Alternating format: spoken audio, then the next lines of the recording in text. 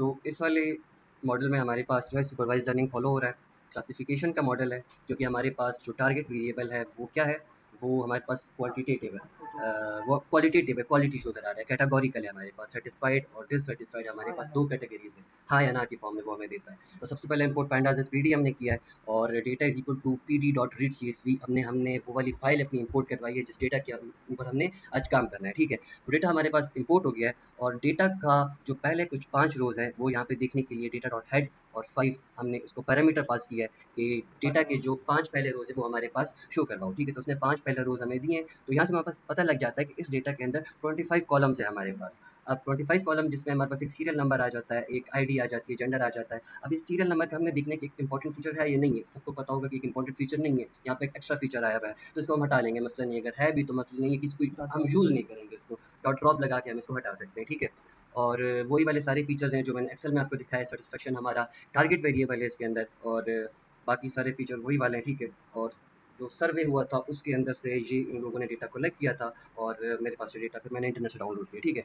और जो data satisfaction है वो मतलब न्यूट्रल और डिससेटिस्फाइड सेटिस्फाइड इस तरीके के दो आउटकम्स, दो आंसर्स दे रहा है हमें, ठीक है। तो हमारे पास वही वाली बात होगी कि end result of every row will always be one of two columns, satisfied, neutral or dissatisfied. Our target variable is satisfaction. It is of type qualitative, categorical in nature. We can now say that we can classify this whole data into two outcomes. We will be using classification model of ML for this data. We have answered two questions till now कि हमारा business क्या था, हमारी business understanding, हमारा problem क्या था और हमारा अप्रोच क्या था इसको, इस प्रोजेक्ट को आगे लेके जाने के लिए, ठीक है। अब हमारे पास जो बाकी 3 फेजेज़ आगे आ रहे हैं जो एक साथ काम करते हैं कि डेटा रिक्वायरमेंट क्या है, डेटा कलेक्शन क्या है, डेटा अंडरस्टैंडिंग क्या है। बिजनेस का प्रॉब्लम आपने डिफाइन कर दिया, आपका प्रॉब्लम डिफाइन हो गया, उसके बाद आपने अपनी एनालिटिक अप्रोच देखी कि मेरा कौन सा अप्रोच होगा इस मॉडल के लिए। जब आपने वो अप्रोच अपना डिफाइन कर लिया तो आपकी डेटा रिक्वायरमेंट्स आ गई कि मुझे कौन कौन सा डेटा चाहिए, मुझे ये डेटा किससे मिलेगा, मेरे स्टेक होल्डर्स के पास ये वाला डेटा होगा या नहीं होगा। फिर डेटा कलेक्शन का फेज़ आता है कि डेटा मैं कहाँ से कलेक्ट करूँगा। डेटा मैं कहीं ऑनलाइन मुझे कहीं ऐसा मतलब सही डेटा मिल सकता है जो इसके लिए परफेक्ट होगा और या फिर मुझे जो है इंटरनल किसी जगह से डेटा खरीदना पड़ेगा या फिर मुझे किसी ऑर्गेनाइजेशन के लिए काम कर रहा हूँ तो उनने वो डेटा अपने पास मेंटेन करके रखा हुआ है या नहीं रखा हुआ। और फिर उसके साथ हमारा जो तीसरा स्टेप आता है वो डेटा अंडरस्टैंडिंग का आ जाता है, जिसमें हम डेटा को सिर्फ और सिर्फ अंडरस्टैंड कर रहे होते हैं कि डेटा के दरमियान डिस्ट्रीब्यूशन कैसी है, डेटा की डिस्ट्रीब्यूशन कैसी है, डेटा के दरमियान रिलेशनशिप्स कैसे हैं और डेटा के आपस में एक कॉलम का आपस में कैसा रिलेशन है, आपस में उसका जब रिलेशन देखें तो वहाँ पे हम सिर्फ और सिर्फ डिस्ट्रीब्यूशन देख रहे होते हैं कि उसका आपस में किस तरीके का डिस्ट्रीब्यूशन फॉलो हो रहा है, कि उसकी प्रोपोर्शन कितनी है, उसने कितने एक कितने कैटेगरी के एक एलिमेंट्स उसमें मौजूद है, कितने कैटेगरी के दूसरे एलिमेंट्स उसके अंदर मौजूद हैं। तो वो हम डेटा अंडरस्टैंडिंग के अंदर करते हैं, ठीक है। और अभी हम आगे जाते हैं तो डेटा रिक्वायरमेंट्स हमारे पास पहला फेज था जिसके अंदर डेटा अंडरस्टैंडिंग का मतलब ये है कि कौन से कॉलम जो हमारे सेटिस्फेक्शन अनसेटिस्फेक्शन को डिफाइन करते हैं। डेटा अंडरस्टैंडिंग का मतलब ये है। कौन से कॉलम्स हमारे जो प्रॉब्लम है उसको डिफाइन करने के लिए सबसे सूटेबल है।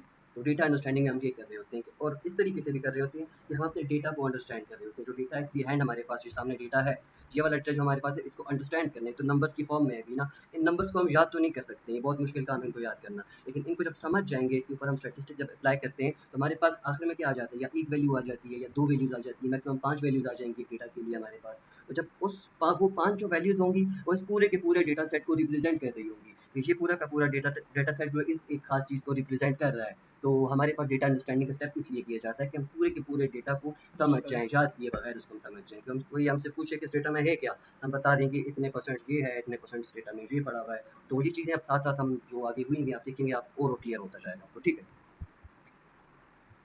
अब आइडेंटिफाई नेसेसरी डेटा कि हमें कौन सा डेटा है जो हमारे लिए बहुत ज़रूरी है, ठीक है। Determining the specific data points और variables that are essential for addressing your business problem, कि आपका जो बिजनेस प्रॉब्लम है उसके लिए कौन से डेटा पॉइंट्स बहुत ज़रूरी हैं आपके पास डेटा के अंदर, ठीक है।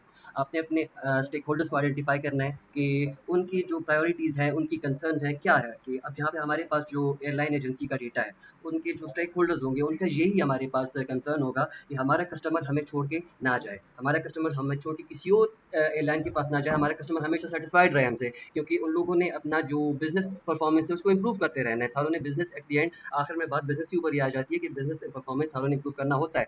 तो प्रायोरिटीज़ और कंसर्न यही होता है कि कंसर्न जो हमारे पास उनका कस्टमर है वो हमें छोड़कर ना जाए। तो हम ऐसा प्लान बनाएं, ऐसा मॉडल बनाएं, ऐसे तरीके बनाएं हम कि हमारे पास जितने भी फीचर यहाँ पे लिखे हुए हैं जिनको एक यूज़र ने रेट किया हुआ है उन रेटिंग्स के बेस पे हमारे पास सेटिस्फाइड और डिससेटिस्फाइड होता है। तो हम उन जो वो रेटिंग्स आई हुई हैं उनको यूज़ करके कैसे ऐसे एक स्ट्रैटेजी बना सकते हैं कि अगली बार जो हमसे मतलब कस्टमर। कस्टमर डिसलॉयल हो गए हैं वो और उस तरह के कस्टमर डिसलॉयल ना हो हमारे पास, वो लॉयल रहे हमारे साथ, ठीक है। तो की पॉइंट्स को आइडेंटिफाई करना है कि consider the different stages of customers interaction with जो एयरलाइन कि मतलब डिफरेंट कस्टमर के मतलब स्टेजेस आते हैं। वो पहले बुक करता है, चेक इन करता है, इन फ्लाइट एक्सपीरियंसेस आते हैं उसको, आफ्टर फ्लाइट फिर वो देखता है कि उसके फ्लाइट के बाद उसके साथ कैसा सलूक किया गया, फ्लाइट के दौरान उसके साथ कैसा था सब कुछ, उसको मतलब बाकी सारी जो आसाइश हैं, जो सहूलियात एक एयरप्लेन एजेंसी जो आपको प्रोवाइड करती है वो उसको मिल रही हैं या नहीं मिल रही हैं, वो सारा कुछ इस डेटा के अंदर से अंडरस्टैंड करना होता है कि अंडरस्टैंड करना होता है और फिर हमें आइडेंटिफाई करना होता है कि हमारे पास हो रहे हैं, ये सब कुछ हो रहा है या नहीं हो रहा, ठीक है। तो अभी हमारे पास ये जो लिस्ट डेटा हुआ हुआ है यहाँ पे, ये इसलिए हुआ हुआ है कि हमारा जो डेटा है वो सारे के सारे कॉलम्स हमारे पास एक लिस्ट में आ जाए, ठीक है। तो हमारे पास डेटा के सारे कॉलम लिस्ट में आ चुके हैं। तो डेटा कलेक्शन का फेज़ है। अब डेटा पहले हमारे पास डेटा रिक्वायरमेंट था, डेटा की रिक्वायरमेंट्स हमने देख ली, तो अब हम डेटा कलेक्शन की तरफ जाते हैं, ठीक है। You can use online repositories, internal data of an organisation, many data selling companies keep record of different types of data, a source of data is necessary. और यहाँ पे मैंने कुछ लिंक्स दिए हुए हैं, ये लिंक्स आपको मतलब काफ़ी मतलब जो लोग सीख रहे हैं, डेटा साइंस को सीख रहे हैं, मशीन लर्निंग को सीख रहे हैं, आर्टिफिशियल इंटेलिजेंस को सीख रहे हैं, उन्हें डेटा बहुत ज़्यादा चाहिए आता होता है। तो ये जो कुछ 4 वेबसाइट्स हैं, इनके ऊपर से मैं खुद भी डेटा लेता रहता हूँ और आप लोग भी इनको विजिट करें, यहाँ पे काफ़ी अच्छा डेटा आपको मिल जाता है। इनमें सबसे अच्छा ये वाला मुझे लगता है, जो गूगल का अपना एक डेटा सेट सर्च है। मतलब गूगल खुद ही आपको डेटा सेट सर्च करवाने की कैपेबिलिटी दे देता है। किसी भी किस्म का डेटा यहाँ पे सर्च करें, आपके पास वो डेटा आ जाता है, ठीक है। आप फ्रीली डाउनलोड कर सकते हैं उसको, उसके ऊपर वहीं पे काम भी कर सकते हैं। और वो जो गूगल कोलैब की बात शुरू में हो रही थी, आप वहीं से गूगल कोलैब पे भी जा सकते हैं। और डेटा अंडरस्टैंडिंग, हमारे पास डेटा को अंडरस्टैंड करने की characteristics, distribution and relationships between variables, ठीक है। कि हमारे पास वेरिएबल्स के दरमियान में क्या रिलेशन है, एक वेरिएबल का अपने अंदर क्या रिलेशन है, अपने अंदर रिलेशन उसका डिस्ट्रीब्यूशन हो जाता है, और कैरेक्टरिस्टिक्स उसकी क्या क्या खूबियाँ हैं हमारे पास डेटा की, ठीक है। तो डेटा अंडरस्टैंडिंग में फिर हमारे पास डेटा एक्सप्लोरेशन आ जाता है। तो डेटा एक्सप्लोरेशन में समरी स्टैटिस्टिक्स करते हैं कि स्टैटिस्टिक्स की जितनी भी समरी हमारे पास आ जाती है, मीन मीडियन मोड आ जाता है हमारे पास, उसके अलावा डिस्ट्रीब्यूशन। इंटरक्वार्टाइल रेंजेस हमारे पास आ जाते हैं, हमारे परसेंटाइल्स आ जाते हैं, वो चीज़ें फाइंड करते हैं ताकि डेटा की डिस्ट्रीब्यूशन का हमें पता चल सके कि डेटा किस तरीके से डिस्ट्रीब्यूटेड है, ठीक है। और डेटा डिस्ट्रीब्यूशन हमारा स्टैटिस्टिक के अंदर से भी हो जाता है, और डेटा डिस्ट्रीब्यूशन हम अलग से भी कर सकते हैं। मिसिंग वैल्यूज़ को आइडेंटिफाई करते हैं, अंडरस्टैंडिंग में सिर्फ हम आइडेंटिफाई करते हैं। जो रिमूविंग वाला प्रोसेस हमारा होता है वो प्रिपरेशन में होता है। अंडरस्टैंडिंग में आइडेंटिफाई करना पड़ता है कि कौन कौन सी चीज़ें यहाँ पर हैं हमारे पास, हमारे हाथ में इस वक्त क्या क्या है, हमारे हाथ में इस वक्त क्या क्या नहीं है। मिसिंग वैल्यूज़ में आपके पास वो वाली वैल्यूज़ उस वक्त मौजूद नहीं होती हैं। आपके पास आउटलायर्स जो होते हैं, तो उस डेटा के अंदर कितने आउटलायर्स हैं, आपने वो आइडेंटिफाई करने हैं। आपने आइडेंटिफाई करना है कि आपके पास जो डेटा टाइप्स हैं कॉलम्स के, वो आपके पास सही तरीके से आ रहे हैं या नहीं आ रहे हैं, सही तरीके पैटर्न फॉलो कर रहे हैं। अगर ऐसा तो नहीं है, अगर एक न्यूमेरिकल हमारे पास क्वांटिटी है और वो जो है हमारे पास ऑब्जेक्ट में शो हो रही है या फिर किसी स्ट्रिंग में शो हो रही है, हमारे डेटा टाइप्स जो हैं एक दूसरे के साथ मैच हो रहे हैं या नहीं हो रही है, हम इसमें ये चीज़ देखते हैं। तो डेटा टाइप्स को देखने के लिए डेटा डॉट इन्फो हम कर लेते हैं, और डेटा के बारे में जितनी भी इन्फॉर्मेशन है वो हमें डेटा डॉट इन्फो दे देता है। वो हमें डेटा टाइप्स भी बता देता है कि इस इन सारे कॉलम्स की डेटा टाइप्स क्या क्या हैं, और हमें नॉन नल काउंट भी बता देता है उसके साथ कि इसमें नॉन नल कितने एंट्रीज हुए हैं, इसमें कितनी ऐसी एंट्रीज हैं जो कोई मीनिंग रखती हैं, ठीक है। और आप ये वाली चीज़ जब देखेंगे तो आपको यहाँ से एक चीज़ ऑटोमेटिकली मिल जाती है, आपको ढूँढने की ज़रूरत भी नहीं पड़ती मिसिंग वैल्यूज़ को, जो यहाँ पे लिखा हुआ है। तो मिसिंग वैल्यूज़ आप यहीं से भी आइडेंटिफ़ाई कर लेते हैं। अब ये देखें, अराइवल डिले इन मिनट्स जो है 103594, मतलब यहाँ पे कुछ हमारे पास जो है वो मिसिंग हैं, और बाकी सारों में जो है नॉन नल बहुत ज़्यादा हैं, इसमें कुछ मिसिंग है हमारे पास, ठीक है। और बाकी जो हमारे पास डेटा टाइप्स हैं वो अगर हम देखते हैं तो वो सारों की सही आ रहे हैं। सैटिस्फैक्शन हमारे पास जो है एक कैटेगोरिकल डेटा है, वो ऑब्जेक्ट में शो किया जा सकता है। अराइवल डिले इन मिनट्स हमारे पास फ्लोट में डिस्क्राइब किया जा सकता है। हमारे पास ये वाला मिनट्स भी इंट पे डिस्प्ले किया जा सकता है, और फ्लोट और इंट दोनों ही मतलब नंबर्स के लिए शो होते हैं। फ्लोट में हमारे पास पॉइंट आ जाता है, इंट में हमारे पास पॉइंट नहीं आता। और क्लीनलीनेस और ये बाकी सारी जितनी भी चीज़ें, क्लीनलीनेस और इनफैक्ट सर्विस, ये सारे नंबर्स की फॉर्म में है यहाँ तक। इन 64 ये सारे आ गए हमारे पास, तो ये मतलब यहाँ पे हमारे पास कंडीशन सेट है। और फ्लाइट डिस्टेंस ये भी इंट में है, और जो क्लास है हमारे पास वो ऑब्जेक्ट डेटा टाइप, और टाइप ऑफ ट्रैवल जो ऑब्जेक्ट डेटा टाइप, एज हमारे पास इंट डेटा टाइप का है। और ये दोनों ऑब्जेक्ट कस्टमर टाइप और जेंडर हमारे पास जो है ऑब्जेक्ट में आ जाते हैं, और ये आईडी हमारे पास दोनों जो आ जाती है, एक सीरियल नंबर और एक आईडी, वो इंट में आ जाती है हमारे पास। ये हमने डेटा के अंदर देख भी लिया, और डेटा डॉट इन्फो के साथ हमने इसको कंफर्म भी कर दिया कि हमारे पास जो डेटा टाइप्स है वो सही तरीके से एक दूसरे पर सेट हो रही हैं।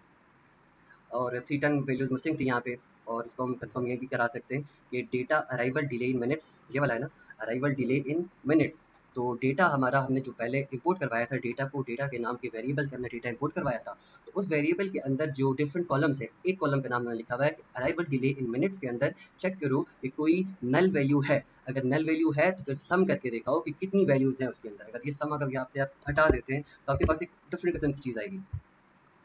एक मिनट।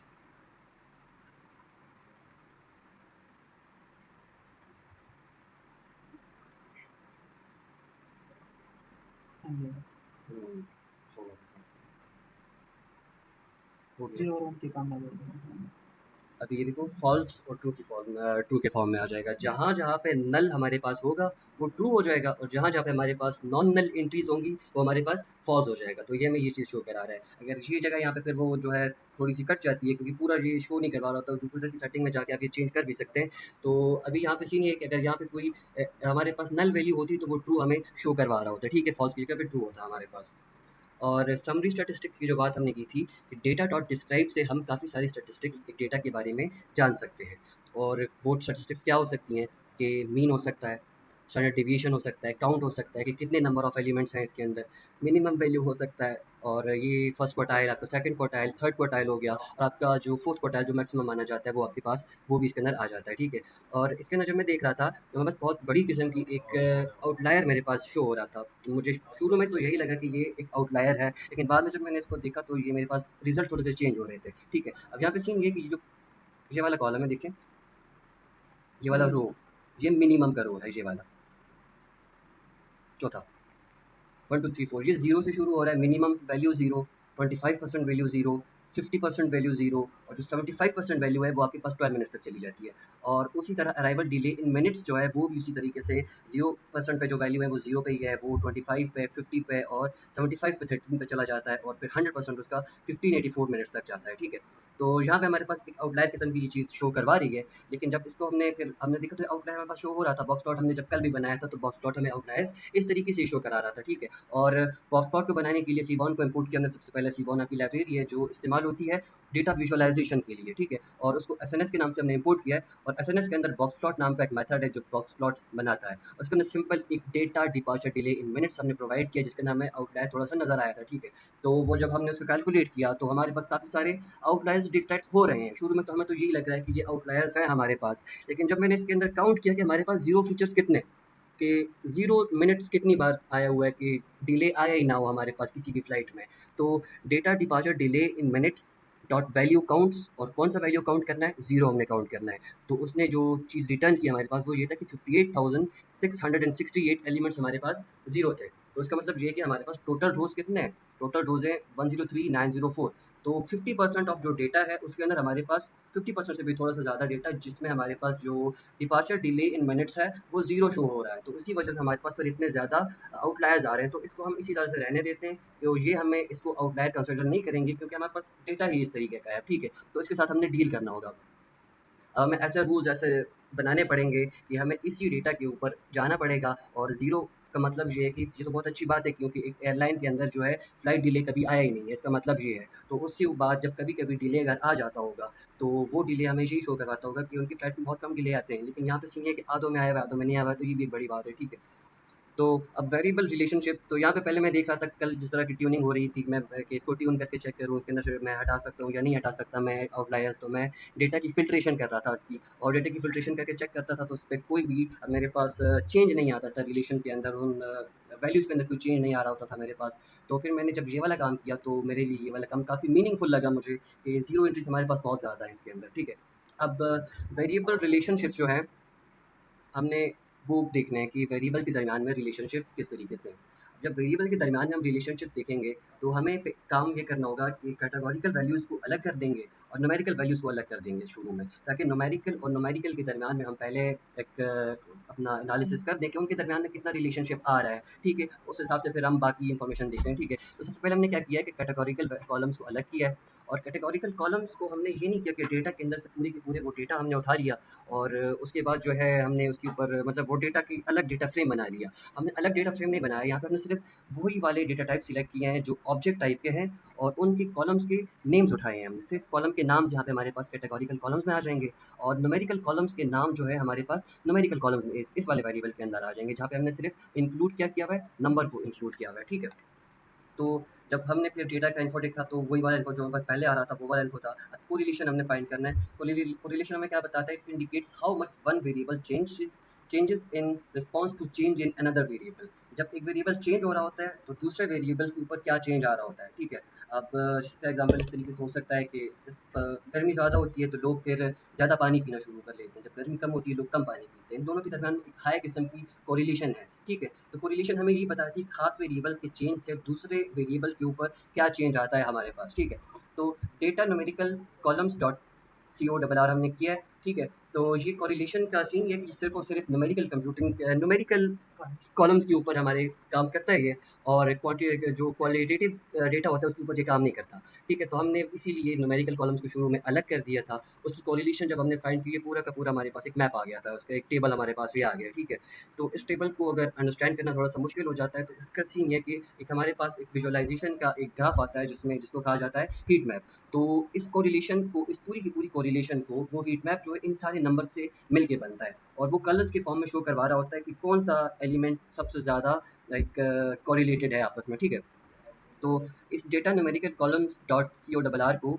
हमने क्या कर लिया, S N S dot heat map के अंदर डाल दिया। वही वाली पूरी जो चीज़ थी उसको हमने हीट मैप के अंदर डाल दिया। ठीक है, जब वो हीट मैप हमारे पास बना है तो अब इस हीट मैप को पढ़ने का तरीका क्या है कि ये सारे के सारे कॉलम जो इस न्यूमेरिकल कॉलम्स हैं हमारे लेफ्ट साइड पे भी आए हुए हैं, सारे के सारे जो कॉलम्स हमारे हैं वो बॉटम में भी आए हुए हैं। अब इनके दरमियान में जो मतलब अगर आईडी है और आईडी है, इनका भी रिलेशन हमारे पास आ रहा है। तो इसकी वजह से जो डायगोनल आप देख रहे होंगे, डायगोनल सारों का वाइट आ रहा होगा। वाइट है कि कौन सा कलर है? क्रीम कलर है। सही है, तो क्रीम कलर का मतलब ये है कि सबसे ज़्यादा मतलब बहुत ज़्यादा हाईली कोरिलेटेड है, 1 के करीब है ये। आईडी हाँ, आईडी आईडी, ये देखो आईडी और आईडी आपस में बहुत ज़्यादा कोरिलेटेड है बिकॉज सेम है। क्योंकि वो कॉलम सेम है।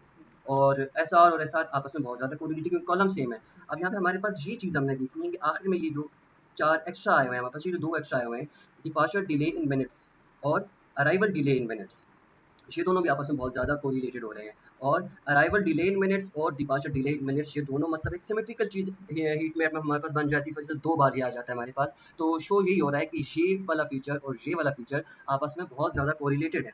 अब क्लासिफिकेशन प्रॉब्लम का ये एक सीन होता है कि उसके अंदर जब हमारे पास 2 हाईली कोरिलेटेड चीज़ें आपस में एक ही मॉडल के अंदर आ जाती हैं, तो वो जो मॉडल का एक आउटपुट होता है उसको ख़राब करने शुरू कर देती हैं। क्यों ख़राब करना शुरू कर देती हैं? अगर डिपार्चर डिले बहुत ज़्यादा आया हुआ है और अराइवल डिले बहुत कम आया हुआ है, तो उसके साथ सीन क्या होगा कि एक बहुत ज़्यादा हो जाएगा, एक बहुत कम हो जाएगा। एक मॉडल को बहुत ऊपर ले जाएगा और एक मॉडल को बहुत नीचे ले आएगा। तो ये करते-करते हमारे पास यहाँ पे इनकंसिस्टेंसीज़ आएगी इसके अंदर, तो इस वजह से हम इसमें से एक ना एक को ड्रॉप करेंगे बाद में। अभी डेटा अंडरस्टैंडिंग चल रहा है हमारा, तो इस वजह से सिर्फ़ हम चीज़ों को आइडेंटिफ़ाई कर रहे हैं, हटा रहे नहीं हैं। जब हमारा डेटा प्रिपरेशन होगा उसके अंदर फिर हम चीज़ों को हटाना शुरू कर देंगे। ठीक है? तो डेटा सेटिस्फेक्शन फिर से एक दफ़ा आया हुआ है। अब check the proportion of males and females in data, कि अगर हमने देखा है कि हमारे पास मेल्स कितने आए हुए हैं और फीमेल्स कितने आए हुए हैं डेटा के अंदर और उनकी प्रोपोर्शंस क्या हैं, तो हमने सबसे पहले क्या करना है कि डेटा को जब हम देखते हैं तो हमारे पास मेल्स और फीमेल्स किस फॉर्म में एग्जिस्ट करते हैं, बस एक दो कैटेगरीज की फॉर्म में एग्जिस्ट करते हैं जेंडर वाले। डबल कॉलम है ये। हाँ, कैटेगोरिकल कॉलम है ये, उसके अंदर दो कैटेगरीज हमारे पास, एक मेल है और एक हमारे पास फीमेल है। ठीक है, तो हमारे पास हमने काउंट सबसे पहले किया इसका कि हम इसके अंदर जो वैल्यूज़ है, जो यूनिक वैल्यूज़ हैं उनको काउंट कर दें। ठीक है, काउंट कर दें।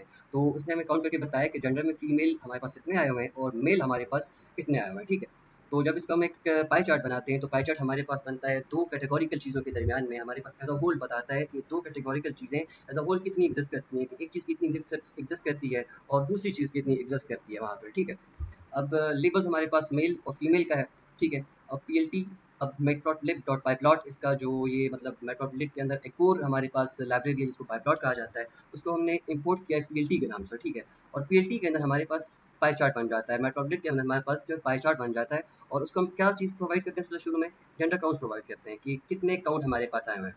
तो फिर हम लेवल्स देते हैं कि लेवल्स इसको मतलब शुरू में तो हमने इसको मतलब ये वाला लेवल मैंने डिसाइड किया था, लेकिन ये फिर मैंने इसको दिया नहीं, फिर मैंने इसको यही वाला लेवल दे दिया कि यहीं से ये मेल भी उठाएगा और यहीं से ये फीमेल भी उठाएगा, मतलब ये की वैल्यू पेयर पेयर आ रहे हैं हमारे पास दोनों।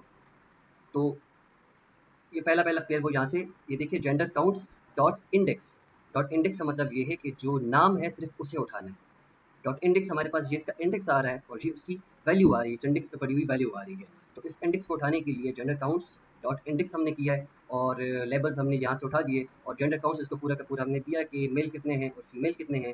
और यहाँ पे ऑटो परसेंटेज हमने यहाँ पे कैलकुलेट लगाया हुआ है कि ऑटो परसेंटेज यहाँ पे इनकी परसेंटेज भी कैलकुलेट करके हमें बताएगा, ठीक है। और ये एब्स्ट्रिंग हमारे पास यहाँ पे आया हुआ है और ये जो परसेंटेजेस का मतलब है कि मतलब इस परसेंटेज और इस परसेंटेज के दरमियान में सिर्फ हमें बस एक ये वाला परसेंटेज शो होगा, बाकी ये दोनों शो नहीं होंगे। अगर यहाँ पे आप एक और परसेंटेज लगा देते हैं तो आपके पास इन परसेंटेजेस के लेफ्ट की तरफ भी परसेंटेज तेज का एक सिंबल शो होना शुरू हो जाएगा और राइट पे भी परसेंटेज का सिंबल शो होना शुरू हो जाएगा, ठीक है। यूजफुल नहीं है। हाँ जी, इतना यूज़फुल नहीं है फिर, मतलब यूज़फुल हमारे लिए सिर्फ यही है कि हम एक परसेंटेज का साइन यहाँ पे इस वाले पैरामीटर के साथ यूज़ करें, ठीक है। और पीएचडी डॉट टाइटल के साथ ये जेंडर डिस्ट्रीब्यूशन का टाइटल हमने इसको दिया है और पीएचडी डॉट शो के साथ हमने इसको शो करवाया है। अब एनाकोंडा के अंदर अब जुपिटर के अंदर हम काम कर रहे हैं, तो जुपिटर के अंदर पीएचडी डॉट शो के बगैर भी आपका जो प्लॉट है वो शो हो जाता है। लेकिन जब आप किसी और आईडी पे जाते हैं, किसी और मतलब पाइचाम पे आप काम कर रहे हैं, वीएस कोड पे आप काम कर रहे हैं, तो आपको इसके साथ साथ पीएचडी डॉट शो करना पड़ता है। एक चीज़ को शो करवाने के लिए एक्सप्लिसिटली उसको आप शो करवाएंगे। और when to use pie chart, मैंने आपको पहले भी बताया कि कैटेगोरिकल डेटा को एज अ होल जब आप बताते हैं तो आप पाई चार्ट्स यूज़ करते हैं, use to show the composition of a whole good for categorical data with a smaller number of categories, में कम कैटेगरीज हो हमारे पास। अगर कैटेगरीज बहुत ज़्यादा होंगी हमारे पास तो जो पाई चार्ट हमें बनाना पड़ेगा फिर बहुत बड़े साइज़ में बनाना पड़ेगा और इतने बड़े साइज़ का हम मतलब बना नहीं सकते हैं यहाँ पे। और अगर छोटे साइज़ में हम बहुत ज़्यादा कैटेगरीज ले आएंगे तो वो आपस में बहुत ज़्यादा कंजस्टेड होगा, समझ ही नहीं आ रहा होगा वो वाला पाई चार्ट हमें, ठीक है। अब showing the percentages of male and female category या फिर किसी भी कैटेगरी को हम शो करवा सकते हैं इसके अंदर पाई चार्ट के अंदर। अब हमने अगर प्रोपोर्शंस चेक करने हैं of values among class variable, ठीक है, कि क्लास वेरिएबल की ये जो क्लास हमारे पास आया हुआ है कि इसकी प्रोपोर्शन कैसी है।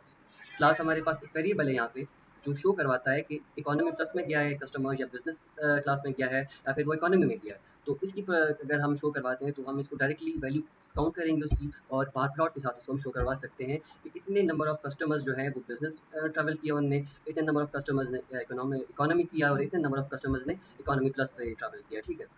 When to use bar graph used to compare categories or groups, good for discrete data, example number of people in each category। discrete data के लिए बार ग्राफ बहुत ज़्यादा मतलब यूजफुल होता है, बहुत ज़्यादा यूज होता है क्योंकि डिस्क्रीट डेटा वही वाला डेटा है जिसको आप डिवाइड नहीं कर सकते।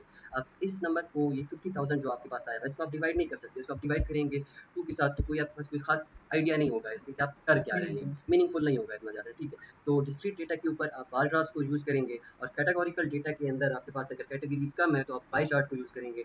आगे मजीद ग्राफ्स हमारे पास हैं, पाई ग्राफ फिर से आया हुआ है क्योंकि यहाँ पे हमारे पास लेवल भी कम थे और कैटेगरीज भी कम थी, इस वजह से हमने दो कैटेगरीज थी डिसलॉयल कस्टमर्स और लॉयल कस्टमर्स, उनका एक पाई चार्ट बनाया है ताकि हम समझ सकें कि कितने लॉयल कस्टमर्स हैं हमारी एजेंसी में और कितने डिसलॉयल हैं, कितने लोग छोड़ के चले गए हैं, ठीक है।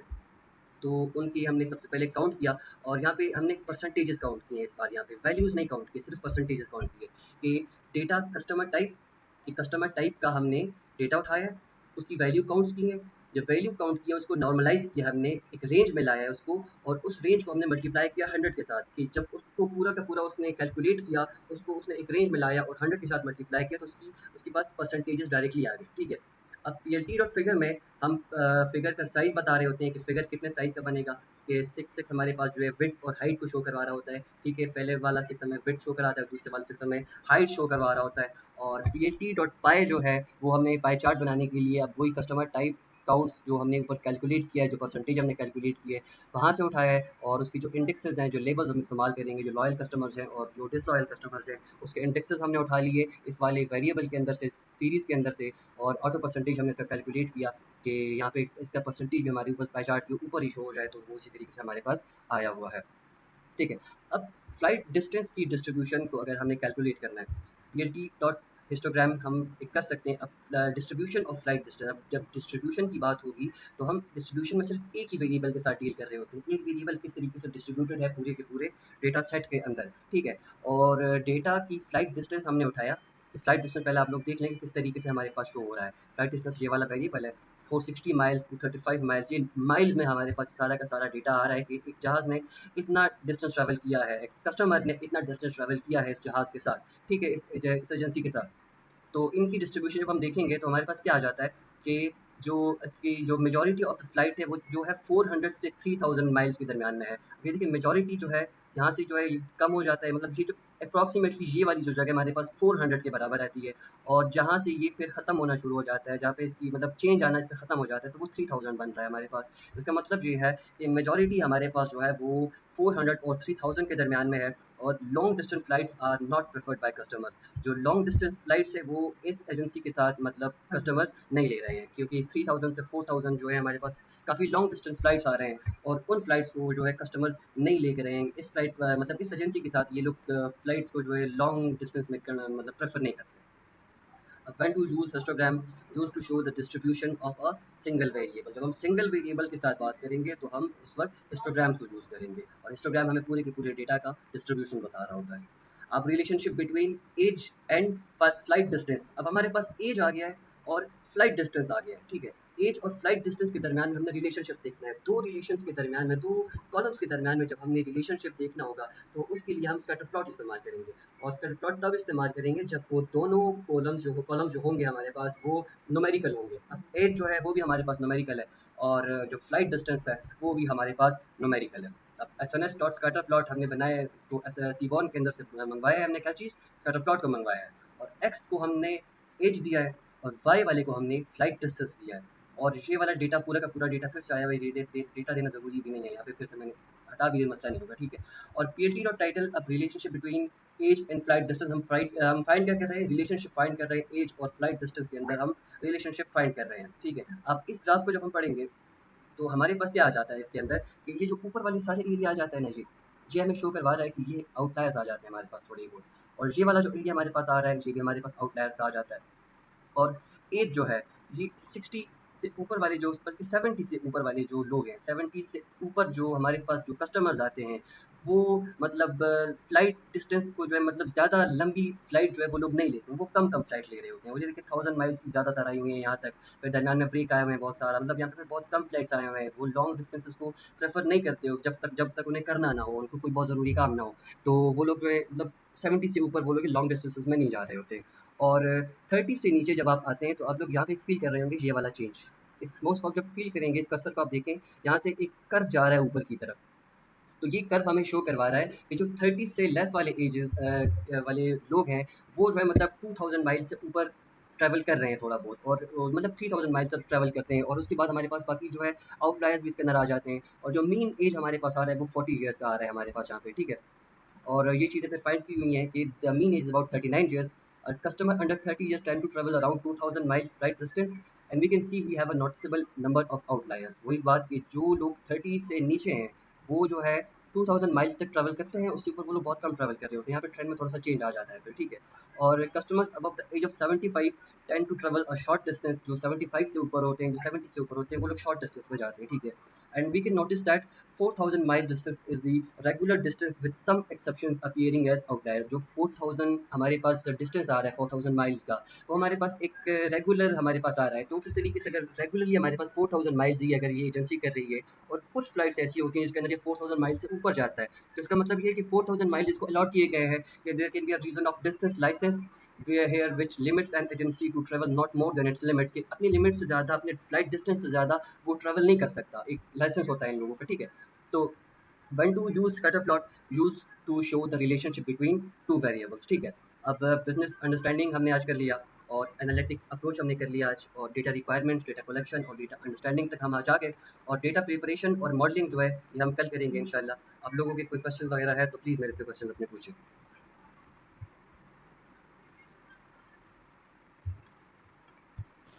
अस्सलाम वालेकुम। वालेकुम सलाम। यार भाई एक सजेशन मैं देना चाहूँगा कि ये जो आप जुपिटर की सोर्स फाइल सेंड करते हैं एंड पे, अगर ये आप लेक्चर से पहले लेक्चर की फ़ाइल भेज दें ताकि हम इसको ज़रा अगर साथ साथ रीड करते रहें तो वो भी ठीक है, या उससे पहले एक इंट्रो हम खुद अपनी तरफ से ले लें तो जी वो जी, बेटर रहेगा। सही हो गया। मैं बस कल ये से ऐसे कर सजेशन। दूंगा कि मैं पहले से भेज दिया करूँगा आपको, और आप ओके। लोग पहले से तैयार होके आ जाया करेंगे, ठीक है।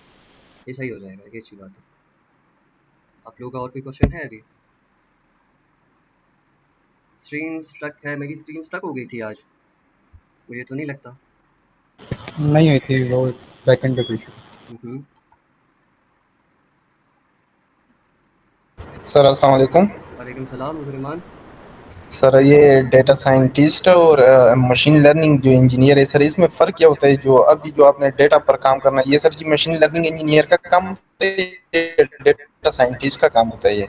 देखिए, डेटा साइंटिस्ट जो होता है ना, वो बहुत ज़्यादा डेडिकेशन माँगता है आपसे। मशीन लर्निंग इंजीनियर बनना आसान काम है, लेकिन डेटा साइंटिस्ट बनना बहुत मुश्किल काम है। आप उसके लिए आपके पास बहुत सारे सालों का एक एक्सपीरियंस चाहिए होता है। क्योंकि अगर आपको मैं कुछ आर्टिकल्स रिकमेंड करूँगा, वो आर्टिकल्स आप पढ़ें तो आपको काफ़ी इन्फॉर्मेशन उसके बारे में मिलेगा कि डेटा साइंटिस्ट क्या होता है, ठीक है? एक डेटा साइंटिस्ट के बाद 15 से 20 साल का एक्सपीरियंस होता है डेटा के अंदर, और वो बंदा खुद को डेटा साइंटिस्ट कह सकता है। और मशीन लर्निंग इंजीनियर जो होता है, वो अभी मतलब 5 से 6 साल का एक्सपीरियंस भी उसके पास काफ़ी होता है। जो मशीन लर्निंग इंजीनियर का काम होता है वो ये होता है डेटा को प्रिपेयर करना और डेटा को सारा का सारा काम खुद से करना। डेटा साइंटिस्ट का काम ये होता है कि नए नए तरीके ढूंढना, रिसर्च करना, एक्सपेरिमेंट्स करना, डिफरेंट एल्गोरिदम्स खुद से बनाना। तो मशीन लर्निंग डेटा साइंटिस्ट का काम यही होता है कि रिसर्च करना, और एमएल इंजीनियर का काम है इम्प्लीमेंटेशन करना, एमएल की डिफरेंट एल्गोरिदम्स की इम्प्लीमेंटेशन करना। अच्छा अच्छा, ठीक है सर ठीक हो जी। गया। तो सर ये सर ये जो मशीन लर्निंग ये सर सिर्फ बिजनेस रिलेटेड हम सब प्रॉब्लम सॉल्व करते हैं या कोई और प्लेटफॉर्म पे भी हम काम कर सकते हैं? आप दुनिया के किसी भी फील्ड में अगर हैं, आप एजुकेशन में हैं, आप अगर हेल्थ में हैं, आप साइंस में हैं, आप अगर केमिस्ट्री में हैं, आप फिज़िक्स में हैं, आप जो है स्टैटिस्टिक्स में हैं, आप इंजीनियरिंग में हैं, आप डॉक्टर हैं, आप कुछ भी हैं। आपको अगर अपनी फ़ील्ड का डोमेन नॉलेज आता है, डोमेन नॉलेज क्या होता है कि अपनी फ़ील्ड का सारा काम। अब यहाँ पे जो हमने आज फ्लाइट वाला डेटा सारा देखा, इसके अंदर डोमेन नॉलेज हमारे पास काफ़ी आ रहा था कि उनका एक लाइसेंस होता है, उनका एक सैटिस्फैक्शन लेवल होता है, वो कस्टमर से इस तरह का, वो उनका करने का काम करने का तरीका होता है। तो अगर आप इंजीनियरिंग में काम करने के तरीके में आपको ये सब प्रॉब्लम ढूँढते हैं, जिसको आप मशीन लर्निंग के अंदर अप्लाई कर सकते हैं, तो आप जो है सारे के सारे हर फ़ील्ड के अंदर से मशीन लर्निंग की तरफ आ सकते हैं। अच्छा अच्छा, ठीक है सर, ओके ओके सर, शुक्रिया, थैंक यू। कोई मसला नहीं। किसी और का कोई क्वेश्चन है? आज के जो प्रोजेक्ट हम थोड़ा बहुत किया है, इसके बारे में कोई क्वेश्चन हो किसी का? सर जी ये जो आज प्रोजेक्ट है ये भी साथ शेयर कर ले हमारे साथ। जी, जी, ये मैं शेयर करूँगा आपके साथ इंशाल्लाह। कल वाला भी मैंने शेयर किया था, आप लोगों ने देखा था यस वो? Yes sir, yes sir, yes sir. तो आपको समझ आया उसमें कुछ? यस सर, थोड़ा बहुत समझ आया। हम तो सर अभी बिल्कुल बिगिनर लेवल पर है, लेकिन फिर भी थोड़ा थोड़ा समझ आता है। लेकिन आज वाला जो टॉपिक है ये तो बहुत ज़्यादा समझ आ गया। अच्छा, ये बहुत ज़्यादा समझ आया ना, क्योंकि इसके अंदर यस ये काफ़ी मतलब बेसिक भी था और काफ़ी इम्पोर्टेंट भी था, क्योंकि डेटा को जब तक आप अंडरस्टैंड नहीं करते, डेटा के साथ आप मैनिपुलेशन फिर नहीं कर सकते हो। तो डेटा अंडरस्टैंडिंग बहुत ज़रूरी है आपके लिए। आपका कोई यस और सर। सवाल हो? सर कल जो आपने सोर्स फाइल सेंड की थी जी। वो मेरे पास ओपन नहीं हो रहा। आपके पास जुपिटर नोटबुक इंस्टॉल्ड है आपके लैपटॉप में? नहीं, मैंने मोबाइल पे हाँ, मोबाइल में वो नहीं किया खुलेगा ना। आप एक काम था ऐप करें, में। वो जो व्हाट्सएप वाला ग्रुप है उसके अंदर मैं फिर से एक दफ़ा सेंड कर लूँगा, और मैंने एक दफ़ा पहले भी एनाकोंडा का एक लिंक भेजा था। आप एनाकोंडा को डाउनलोड करेंगे तो आपको जुपिटर लैब का जो है जुपिटर नोटबुक का डायरेक्ट एक्सेस मिल जाएगा। तो जो फ़ाइल मैंने आपको भेजी है ना, वो फ़ाइल अच्छा, फिर जी? ये मैं पे लैपटॉप में ओपन करूँ? हाँ जी, आप लैपटॉप में ओपन करेंगे, क्योंकि आपके प्रोग्रामिंग का सारा काम दुनिया में लैपटॉप के ऊपर होता है। मोबाइल के अंदर प्रोग्रामिंग वाला काम होता नहीं है, तो आपको लैपटॉप के साथ आदी होना पड़ेगा। सही हो गया? किसी और का कोई और सवाल हो? भाई आप ठीक हो? अल्लाह का शुक्र है, आप कैसे हो? अल्हम्दुलिल्लाह जी।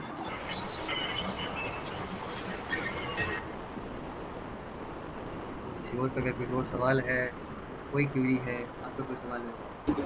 अहमद, मैसेजेस में देख रही हैं आपने क्वेश्चंस आए हुए हैं तो ये आंसर कर हाँ, लो। What are data lakes? Data lakes जो है आपके पास एक चीज़ होती है डेटाबेस, और एक चीज़ होती है डेटा लेक्स। डेटाबेस आपके पास ऑर्गेनाइज़ डेटा को स्टोर करने के लिए इस्तेमाल होता है, और जो डेटा लेक्स है आपके पास अनस्ट्रक्चर्ड डेटा को सेव करने के लिए इस्तेमाल होता है, ठीक है?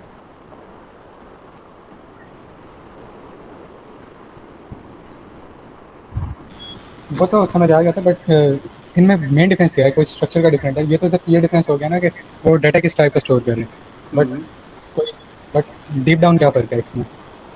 यार फ़र्क यही है कि डेटाबेस देखो, डेटा अगर आपने बहुत ज़्यादा बल्क अमाउंट में आपके पास डेटा जनरेट हो रहा है और आपको नहीं पता कि ये डेटा मैंने कहाँ पे स्टोर करना है, तो आप अपनी डेटाबेस को ख़राब नहीं करोगे वहाँ पे, आप उसको डेटा लेक्स में एक बल्क की तरह स्टोर करते जाओगे। जब आपको वो डेटा प्री प्रोसेस करना होगा, इस्तेमाल करना होगा, तो आप डेटा लेक्स के अंदर से वो डेटा को उठाओगे और फिर उसको लेके जाओगे अपने डेटाबेस की तरफ, क्योंकि डेटाबेस में आप इनकंसिस्टेंट चीज़ को नहीं लेके आएँगे, सिर्फ कंसिस्टेंट चीज़ को लेके आएँगे डेटाबेस के अंदर। तो जो डेटा डेटा लेक्स के अंदर स्टोर किया जाता है, वो डेटा जो है मतलब जो डेटा हमारे पास जो वो अनस्ट्रक्चर्ड डेटा होता है, मतलब अनस्ट्रक्चर्ड डेटा को स्टोर करने के लिए जो डेटाबेसेस होती हैं, उन्हें डेटाबेसेस नहीं कहते हैं, उन्हें डेटा लेक्स कहते हैं। Okay okay. और एक क्वेश्चन था कि हमारे आने वाले लेक्चर्स में कोई होगा ऐसा प्रैक्टिस के जिसमें हम अनस्ट्रक्चर्ड डाटा से डील कर रहे होंगे? अनस्ट्रक्चर्ड डेटा के साथ डील करने के लिए इंशाल्लाह आप लोगों का जो अगला सेशन शुरू होगा 5वें दिन के बाद, वो डीप लर्निंग की तरफ जाएगा। तो अनस्ट्रक्चर्ड डेटा में हो सकता है आपके पास कोई ना कोई मॉडल उसके अंदर आ जाए कि इमेज प्रोसेसिंग वगैरह के ऊपर अगर कोई काम जी होता है, तो डीप लर्निंग में हसन आप कोई बात बता सकते हैं ना? जी जी वो जो डीप लर्निंग है तो उसमें एक प्रोजेक्ट हमारा है साउंड एनालिसिस पे। तो साउंड अनस्ट्रक्चर्ड डेटा है तो हम उसके साथ डील करेंगे। इसके अलावा एनएलपी पे भी है। तो डीप लर्निंग में जितने भी प्रोजेक्ट्स हैं वो सारे अनस्ट्रक्चर्ड डेटा पर हैं। Okay okay, thank you. What is the data type of data? हमारे पास जो डेटा यहाँ पे स्टोर हो रहा था ना, उसका अरे नहीं है डेटा टाइप, उसका हमारे नहीं, पास हम जो उसके डेटा आ एलिमेंट्स। रहा था, डेटा टाइप ऑफ डेटा आ रहा था, उसका डेटा टाइप अरे नहीं है, उसका डेटा टाइप जो है डेटा फ्रेम है। ठीक है। अच्छा, ओके। लाइक उसमें भी एक्सेस हम वो स्केल ब्रैकेट से करे थे ना, तो आई गेस कि शायद वो क्या अरे हुआ? था। हाँ हम हाँ हाँ, डेटा के स्क्वायर लिए। ब्रैकेट से हम उसको एक्सेस कर रहे थे, वो तो एक्सेस करने के लिए इस्तेमाल किया जाता है ना। अब जब हम अरेज के ऊपर काम कर रहे होते हैं, तो अरे हमारे पास स्टोर भी उन्हीं वाले ब्रैकेट्स के अंदर होता है, आपने नोट किया होगा। और जब हम डेटा फ्रेम के साथ काम कर रहे होते हैं, डेटा हमारा पूरा एक फ्रेम के अंदर आ जाता है, उसको सिर्फ एक्सेस करने के लिए हम वो ट्राइंगुलर नहीं, रेक्टेंगुलर ब्रैकेट इस्तेमाल कर रहे होते हैं। ओके। बस, क्या हुआ है? आपने कुछ कहना है मलाइका? ऐसा नहीं, थैंक यू यार, अच्छी बात की आपने। Data scientist versus data analyst. Data scientist हमारा वो वाला बंदा होता है जो मशीन लर्निंग भी कर रहा होता है, जो एनालिसिस भी कर रहा होता है, जो नए नए मॉडल्स बना रहा होता है। और डेटा एनालिस्ट वो होता है जो डेटा को सिर्फ एनालाइज कर रहा होता है। अब आज जो हमने जो काम किया है ना, वो डेटा एनालिसिस तक किया, हमने डेटा की एनालिसिस की है भी। अब डेटा के ऊपर जो मॉडलिंग वाला काम होगा, वो एक डेटा साइंटिस्ट का काम होगा। तो डेटा साइंटिस्ट उस काम के ऊपर मॉडलिंग शुरू करेगा, उसके ऊपर मॉडल्स बनाएगा, मॉडल्स को डिफाइन करेगा, मॉडल्स को ट्यून करेगा, सही तरीके का मॉडल बनाएगा। Should we go? बस हाँ सही है, जिसने जाना है आप चले जाएं, जिसका कोई क्वेश्चन है वो क्वेश्चन करें अपने। अस्सलाम वालेकुम सर। जी जी, वालेकुम सलाम। सर मुनीम, मुझे आपकी आवाज़ आना बंद हो गई है। तो आप इसके जी हम अभी जो एल्गोरिथम पढ़ रहे हैं मॉडल ट्रेन करने के लिए, हाँ तो आप इसकी हमें वो लॉजिक्स भी थोड़ी थोड़ी टच करवाएंगे लॉजिक को, मैथमेटिक्स की, उसकी मैथमेटिक्स जी को जी, थोड़ा वो हम बहुत। टच करवाएंगे इंशाल्लाह। जो क्लासिफिकेशन के लिए हमारे पास इस्तेमाल हो रहा है, जो रिग्रेशन के लिए हमारे पास इस्तेमाल होंगे, वो दोनों हम आपको जो है उसके टच करवाएंगे। जो दोनों जो चीज़ें हैं उसकी मैथमेटिकल आपको टच करवाएंगे, थ्योरेटिकल जो बैकग्राउंड है उसका, वो हम टच करवाएंगे आपको अगले जी वाले डेज में इंशाल्लाह। ठीक है sir, thank you. Picture data, हाँ, CNN मॉडल्स के अंदर पिक्चर डेटा आपके पास आएगा। और वो पिक्चर डेटा जो है, जो मशीन लर्निंग का हमने वो वाला पार्ट पढ़ा है, अनस्ट्रक्चर्ड डेटा। तो पिक्चर जो है मशीन लर्निंग का अनस्ट्रक्चर्ड वाला काम CNN के थ्रू करता है। और CNN जो है वो हमारे पास मशीन लर्निंग की एक और सब टाइप आ जाती है, जो मतलब सबसे बड़ा ब्रॉडर टर्म हमारे पास AI होता है। AI के अंदर हमारे पास मशीन लर्निंग आ जाता है, और मशीन लर्निंग के अंदर फिर हमारे पास एक और सब टाइप आ जाता है जिसको डीप लर्निंग कहा जाता है। और डीप लर्निंग में हमारे पास CNN है, और CNN के थ्रू आपके पास साथ जो है पिक्चर्स वाला डेटा, आप उसके साथ मैनिपुलेशन वगैरह कर सकते हैं। इसकी रिकॉर्डिंग शेयर होगी इंशाल्लाह आज। सर एक और सवाल था। जी। सर वो अगर हम एल्गोरिदम्स पर ग्रिप हासिल करना चाहें तो हमें कितनी मैथमेटिक्स की ज़रूरत पड़ती है? अगर हम मैथमेटिक्स ग्रिप हासिल करें तो हम बेहतरीन एक मशीन लर्निंग इंजीनियर बन सकते हैं। यार आपके पास जो है मैथमेटिक्स के अंदर अगर आप जाते हैं, तो ज़्यादा मैथमेटिक्स नहीं है इसके अंदर, स्टैटिस्टिक्स काफ़ी ज़्यादा है। क्योंकि स्टैटिस्टिक्स के काफ़ी ज़्यादा मतलब जितनी भी स्टैटिस्टिक्स है, पुराने वक्तों के जो स्टैटिस्टिशियंस हैं, आजकल के वो डेटा साइंटिस्ट बन चुके हैं। मतलब स्टैटिस्टिक्स तो जो है अभी एक नई चीज़ तो नहीं है, हज़ारों साल पुरानी चीज़ है ये। तो हज़ार साल पहले जो काम मतलब एक कागज़ पे हुआ करता था, अब वो वाले जो काम हैं अब कंप्यूटर के ऊपर हो रहे हैं। एक कागज़ के ऊपर आप एक पूरा मॉडल ट्रेन तो नहीं करवा सकते थे, लेकिन उस मॉडल को ट्रेन करने का तरीका बहुत पहले आ चुका था। और वो वाले जो तरीके अब फॉलो किए जा रहे हैं, वो वही वाले स्टैटिस्टिक्स वाले तरीके मतलब कंप्यूटर के अंदर इंटीग्रेट हो गए हैं। तो स्टैटिस्टिक्स आपकी काफ़ी अच्छी होनी चाहिए, तो आप डेटा साइंटिस्ट के अंदर काफ़ी लीड पे जा सकते हैं। अच्छा ठीक है सर। जी जी।